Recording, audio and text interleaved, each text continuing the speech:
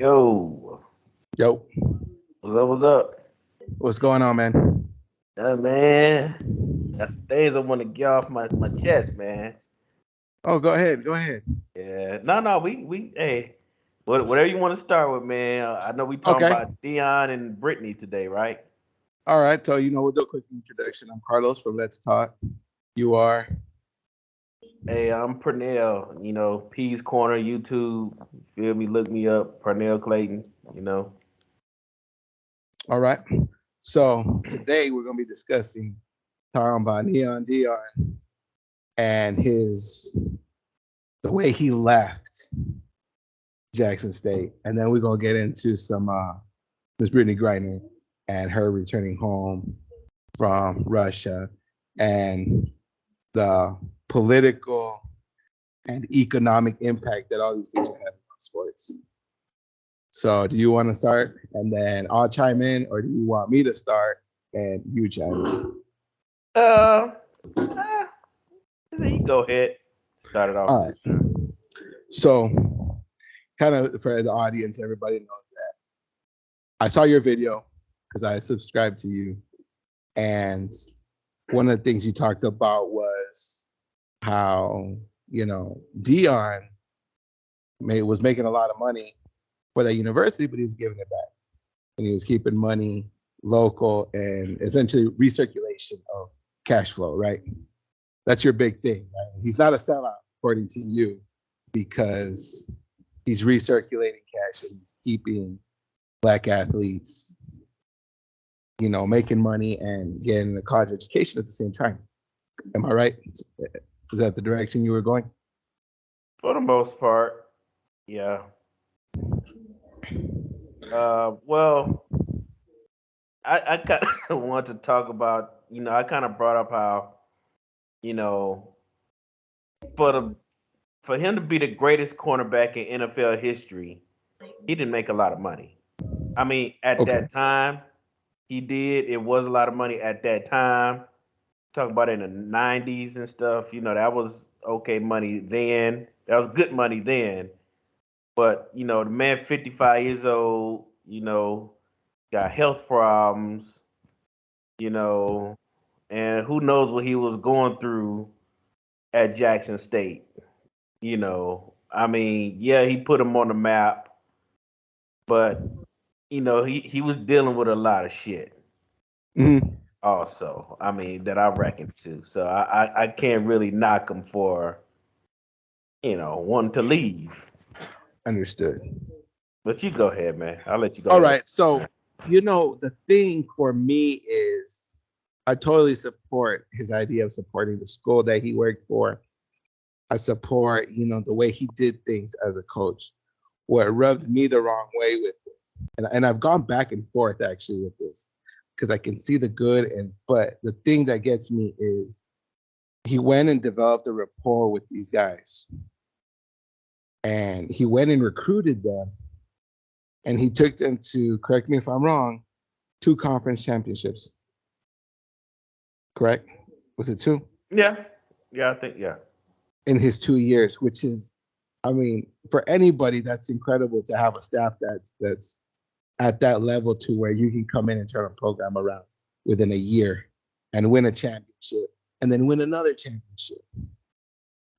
But now those guys are going to be juniors and he's gone. For me, I would be like, bro, like, I'm just a stepping stone to you.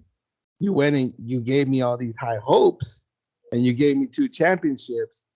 But now here we are in my junior year. I'm maybe 5'10", maybe 180 pounds, not big enough to move into that Division 1. And now I run the risk of going from the top to the bottom. And then you turn around and you leave that organization and you come to Colorado and you said, I'm bringing luggage. So all them dudes, those players ain't the reason why the program was bad. Let's be honest. You can't blame the players if it's a bad program. It's the coaching staff. It's the athletics department. It's probably the president of the university and how they approach sports. Talking about So Colorado? Yeah. So you sitting there and you telling all these guys that have worked 12, 14 years of their life to get where they're at. And guess what?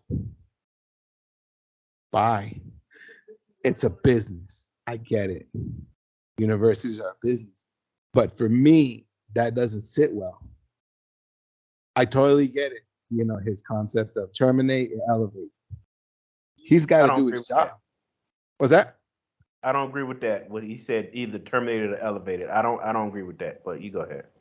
So that's where I'm at with him. I'm like, it's hard for me to look at him and be like, bro, you went and did all those things for all those guys. And now you just done turned around and walked away. I mean, his own son was upset with him. So how do you think the rest of the team felt? What's your take on Well, as much as I support Deion Sanders, what I didn't agree with him saying was you either terminated or elevated. Uh, I think for most of coaches, that's maybe the case. But come on, man. If you're a great coach, you're a great coach, and they're gonna keep you. that? You know, Mike Exactly. Mike Exactly. Krzyzewski, you know what I'm saying? Exactly. It's so many I can't think of all of them off top, but it's so many great coaches that Coach Dean Smith, Mm-hmm. those dudes, Mm-hmm. they Mm-hmm. have a program. What's the dude down in Alabama? Nick Saban. I mean, if you're a great coach, you're a great coach, He man. ain't going nowhere, man. He didn't Yeah, make the and playoffs this year.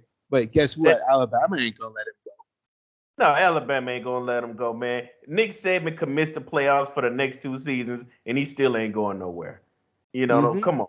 Now. I mean, that's Mm-hmm. I think that's just smoke and mirrors with him saying that. But where I side with Deion Sanders on is number one, the money. I mean, he made the song "Must Be the Money," and to a degree, I agree with him. I mean, come on, man. He was, if I'm not mistaken, he was making 500,000 a year, and he was donating 150,000 back to the university. Okay, now he's going to a job making $5 million a year. So he's wrong for passing up a job that's going to pay him $5 million a year when he's getting paid about 350,000 a year. You know, if it's something, a motivational speech that you have to tell your players is that, son, you're gonna have to make tough decisions. But at the end of the day, you're gonna have to make a decision that's best for you and your family. And if I was a kid, yeah, I'll be in my feelings that he's leaving. But at the same time, you gotta understand this black man gotta get paid. You know what I'm saying? Then you hear about how they were stealing out of his locker room, and then I heard a story about how some of his NFL homies was helping on the university. That they got him a new locker room, they got him a new a facility. Some facilities was new. Um, I think Michael Strahan was buying them dudes suits and stuff. You know, I mean, he did his part, and these fake Negroes in the black community that got the nerves to say Deion Sanders sold out. I bet any money half of them niggas ain't did a fourth of what Deion did for Jackson State. So, and then I think he signed like a 3-year contract. He fulfilled it. Okay, he Okay. fulfilled his contract. Okay, so he didn't do nothing wrong but go and put Jackson State on the map. And at the end of the day, he boosted their clout and they boosted Mm-hmm. his clout. Yeah. So I mean, and it wasn't no way that Jackson State could afford to pay him $5 million a year. You know what I'm saying? So again, and he even said it. He said I saw an interview with him like long before this. I think it was like a year ago or something, where he said, if another college came to him with a lucrative contract offer, he wouldn't have a choice but to at least that option, Mm. and he did. Right, right. And like I said, he deserves it. He deserves his flowers. You know, aside from from the what is that when you sign like Nike shoe deals and stuff? Yeah, You yeah, know, yeah. aside Right. Yeah, yeah. yeah, aside from all of that money, he only made $33 million in his NFL career. That's peanuts. Like in today's age, money ain't like it used to be back in the '90s. You know what Correct. I'm saying? So I'm not mad at him at all. And for a player to feel some type of way about him leaving, you know, hey, they gonna get another coach. And as a player, the coach is supposed to lead you in the right direction. And from what I understand, the coach that he left was somebody that Deion trusted. You know, get behind that coach, and each of those players should be motivated to do exactly what Deion Sanders did: elevate. So you bring up some great points. You bring up some, um, but doesn't loyalty kind of play a part in any of this?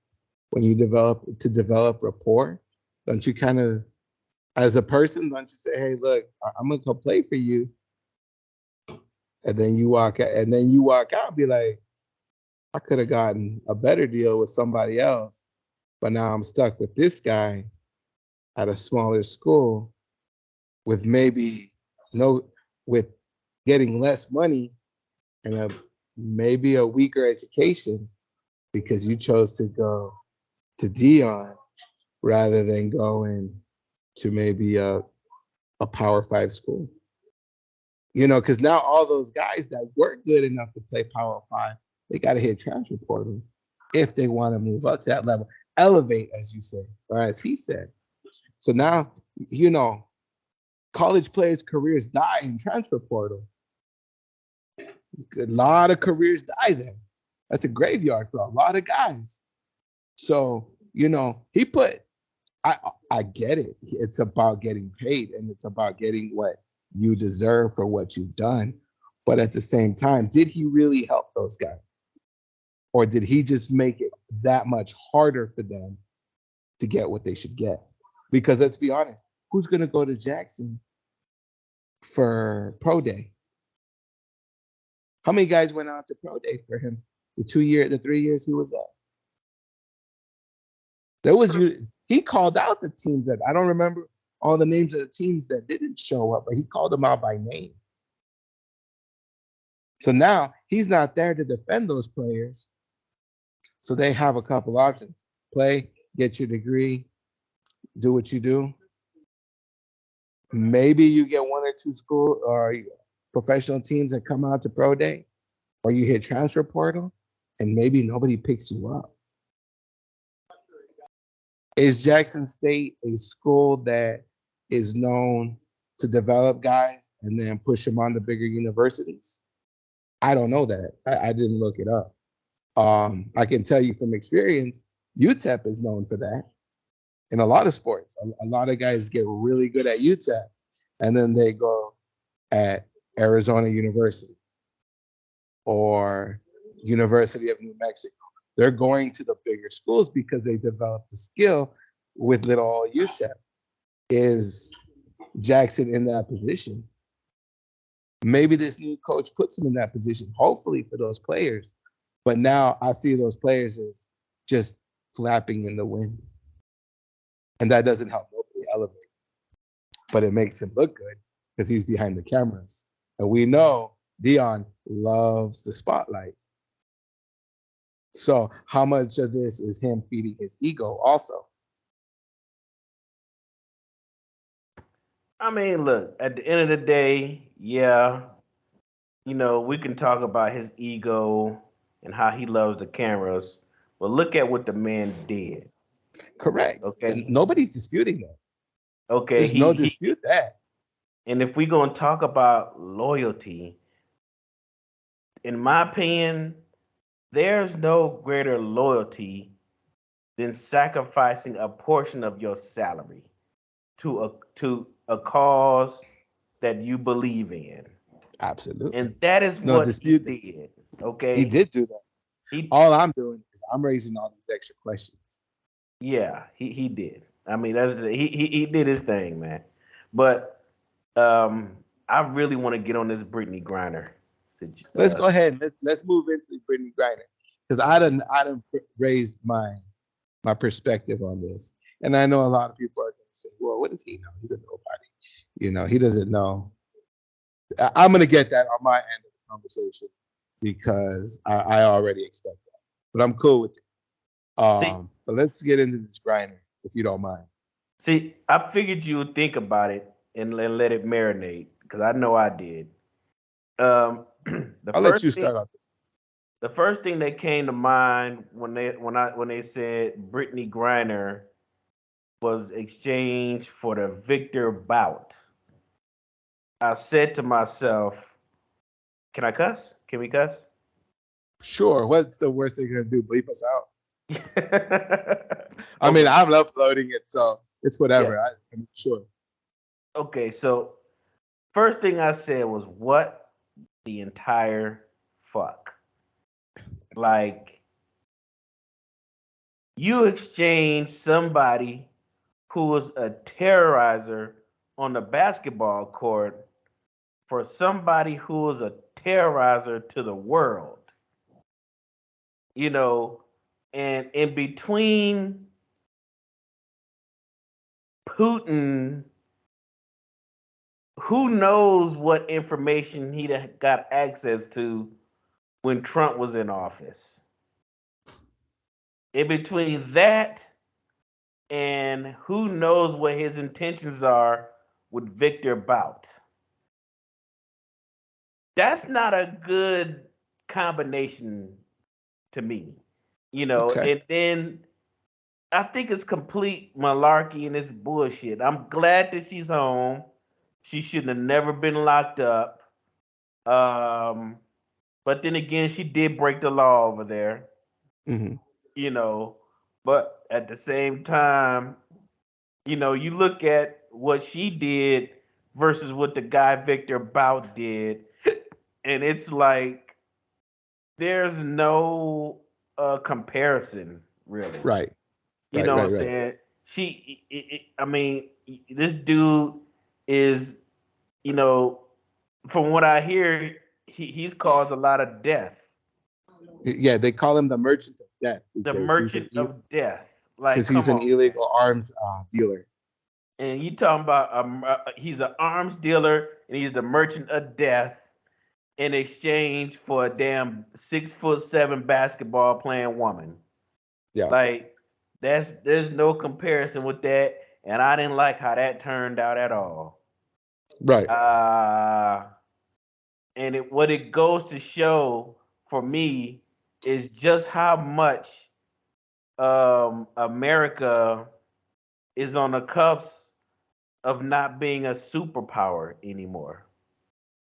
Like, the negotiating that went down with that, I mean, I don't know what all went into that, but it I just didn't like it. But like I Okay. said, I'm glad that Brittany Griner is home at the end of the day. Yeah. Yeah. So first off, I'm happy that she's home. Also, never like to see Americans get arrested and imprisoned due to political nonsense. But I was thinking about this earlier, I was thinking that's just how much sports, politics, and money are so intertwined with one another that you can't take one out without affecting the other two. And so, do I agree with her getting arrested? No. I think it was essentially Putin saying, well, you know what? You're doing all these things in Europe. And so this is our way of getting back at you. It's tiny in comparison, but it's like a tit for tat. Um, But the way I see it is, if you take away their ability to use her as a bargaining chip, then you've taken away. There's nothing for them to bargain with us anymore. Look, we gave you dude back. We'll get him again. That's a fact. I mean, we got Bin Laden, and he was living essentially Pakistan's West Point. Can you imagine somebody coming into our West Point and assassinating somebody? Let's put it into perspective. We went into the Pakistani West Point essentially and assassinated somebody and walked away. We know where dude's at. We'll find him again. We'll kill him or we'll capture him again. So You sure to about me, that? I'm pretty sure. I mean, if he's in Russia now, Okay, maybe no. he stays in Russia for a few years. He'll leave the country eventually because he's going to get back to dealing arms. I don't know. I mean, if he falls under the leadership of Putin, and Putin figure out a way to use him, and that's a safe haven over there for him in Russia. I don't know. Yeah, but let's be real. How many of come on, man. We probably touch people every day or know the location of dudes every day through all of our various means of intelligence. I don't think he's gonna be a non-factor, but he's definitely not gonna have the same impact that he did before. And we don't know how much information we pulled from him either. No, but okay. So let me ask you this: do you honestly feel like the Cold War ever ended? I think it took a short break. I think it took more of a timeout than anything else. And I think it's kind of re-elevated itself. But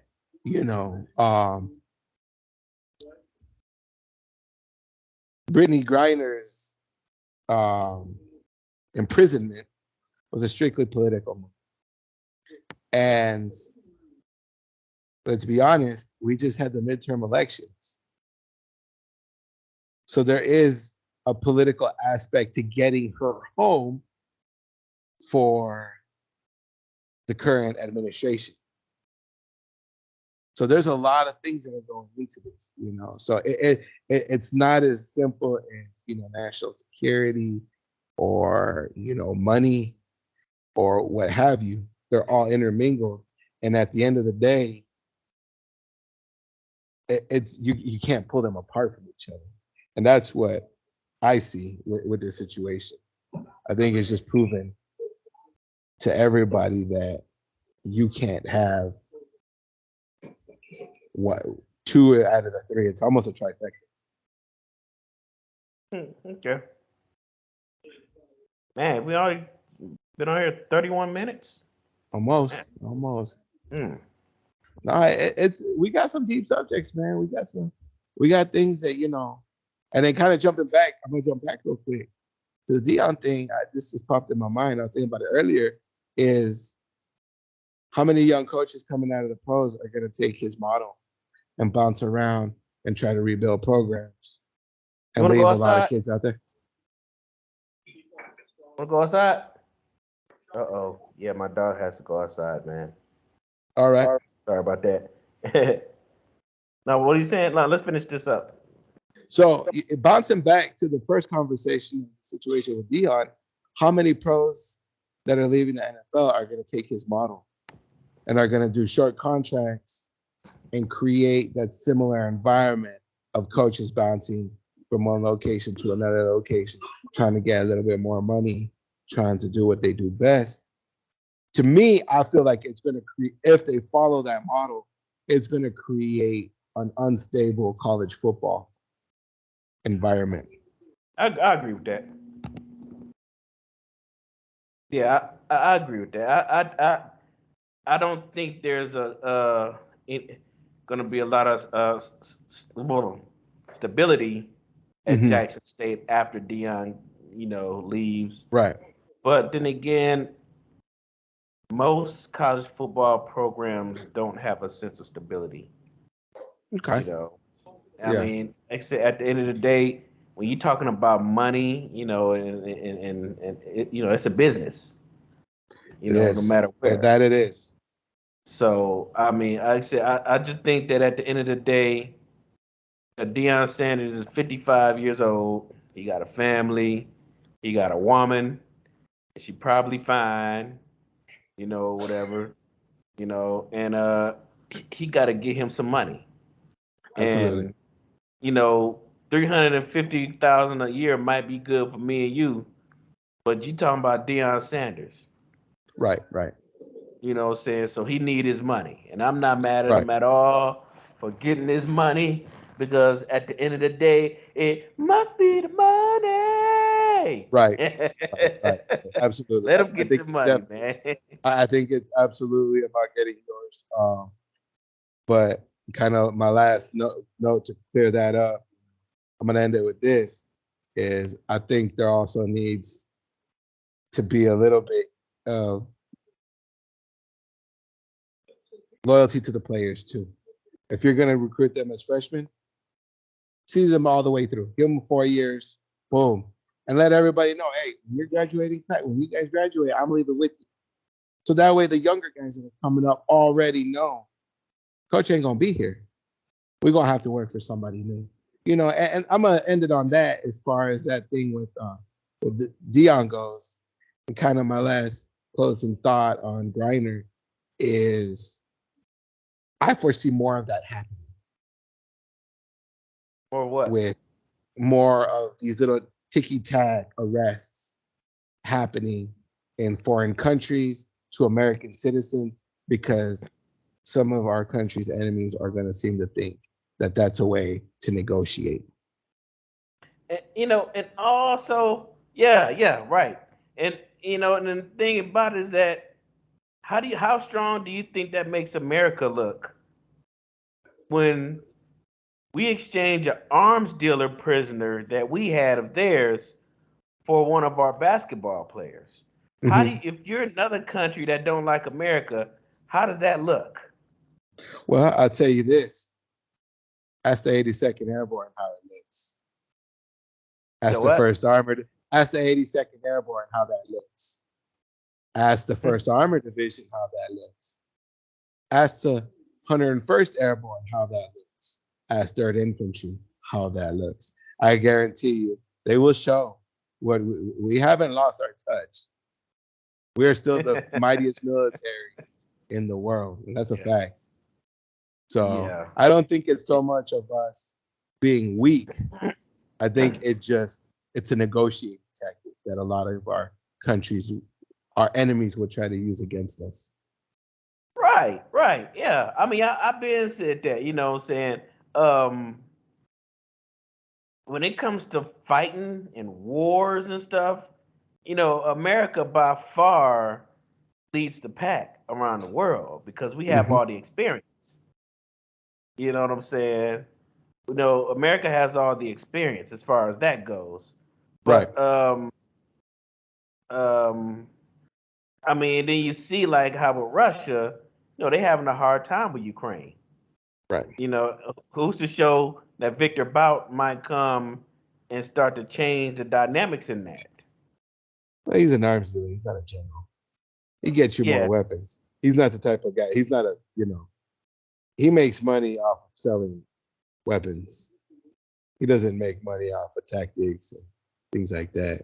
So I don't think that's going to be a huge problem. But he can sell weapons to other countries and other organizations that don't like us. yeah. And on that note, I say this is a pretty good first podcast. Absolutely. Absolutely. We'll definitely get into this more.